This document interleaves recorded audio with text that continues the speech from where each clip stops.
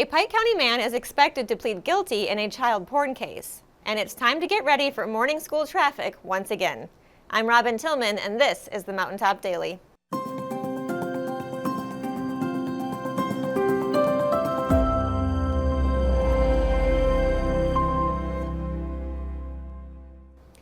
A Pike County man has apparently reached a plea deal in a federal child porn case. The attorney for 54-year-old Lonnie James Maynard of Raccoon filed a motion Tuesday afternoon requesting that his client be allowed to change his plea. Maynard is charged with production and possession of child porn. He is accused of coercing a boy into engaging in sexually explicit conduct to produce photos or videos. When police began investigating, they reportedly found 7 videos and 133 images of child porn on Maynard's phone, tablet, and computer.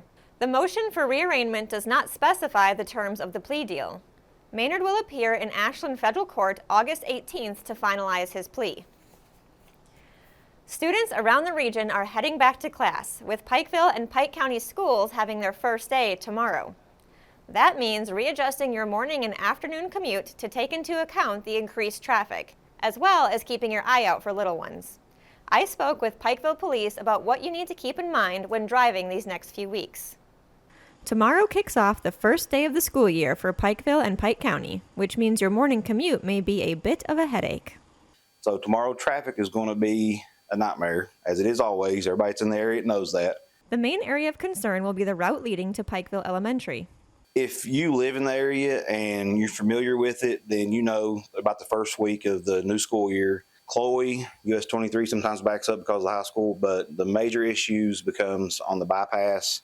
Traffic will back up on Huffman Avenue. As far as that goes, you need to try to find an alternate route. If you don't have to use that roadway, try to avoid it, go around it if you can. Because once it backs up to the school, there's really nothing we can do with it. You know, we can try to direct the traffic the best we can, but it comes to a point where it just gets congested, and it is what it is.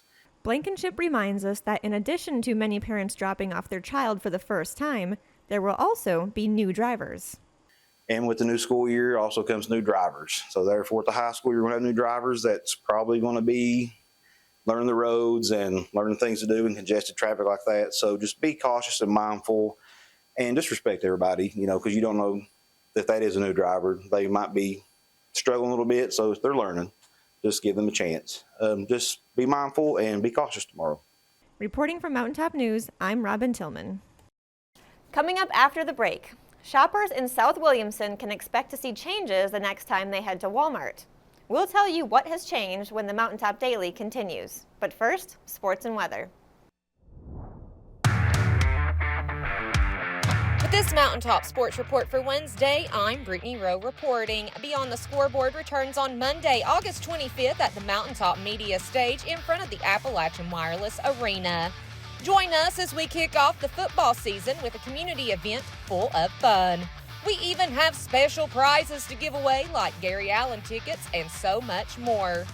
As media days wrap up across the area, Mountaintop Sports will continue to post highlights and interviews on our Facebook page. The KHSAA has named Brian Milam as the new Communications and Media Relations Director. Milam is a former sports reporter and director and will fill the vacancy of Connor Link. The sports season will kick off on August 23rd for Week 0 as Pikeville will travel to Cal and Belfry will travel to East Carter. Mountaintop Sports will have coverage of both games. For the latest area high school and college sports news, remember to check us out at mountain-topsports.com or like and follow us on Facebook, X, and TikTok. Reporting for Mountaintop Sports, I'm Brittany Rowe. Have a great Wednesday, sports fans.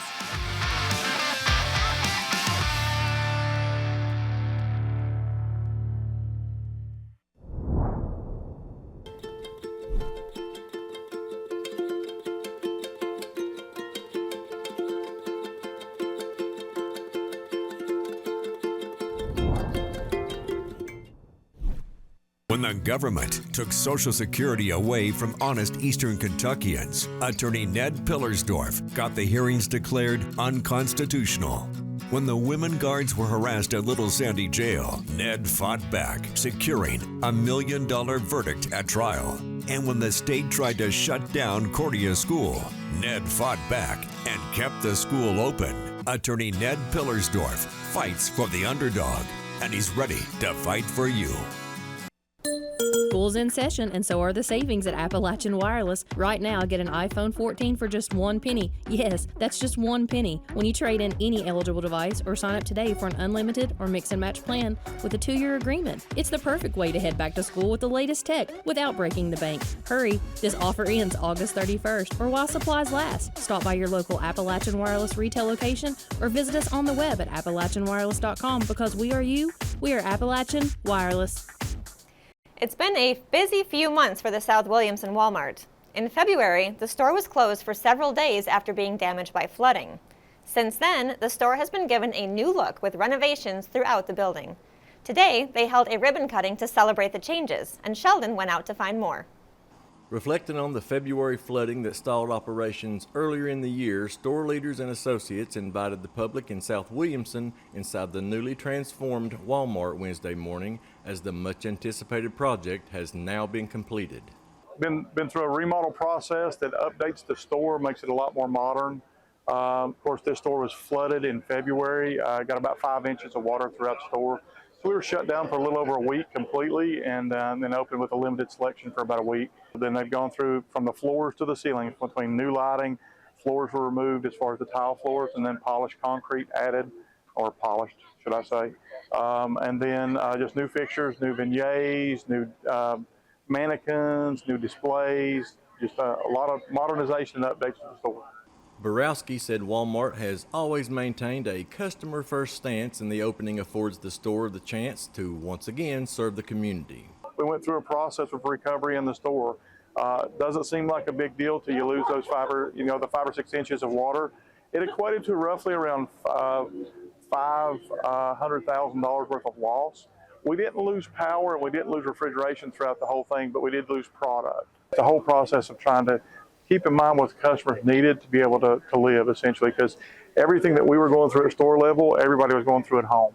Also during the ceremony, Walmart gave back to the community through donation presentations totaling $5,000 to local schools, first responders, and outreach organizations. When you're talking about different food items in the fresh areas and stuff, so we donated all that and was able to get rid of a lot of that merchandise and give it back to different areas. Reporting for Mountaintop News, I'm Sheldon Compton. That will do it for this edition of the Mountaintop Daily.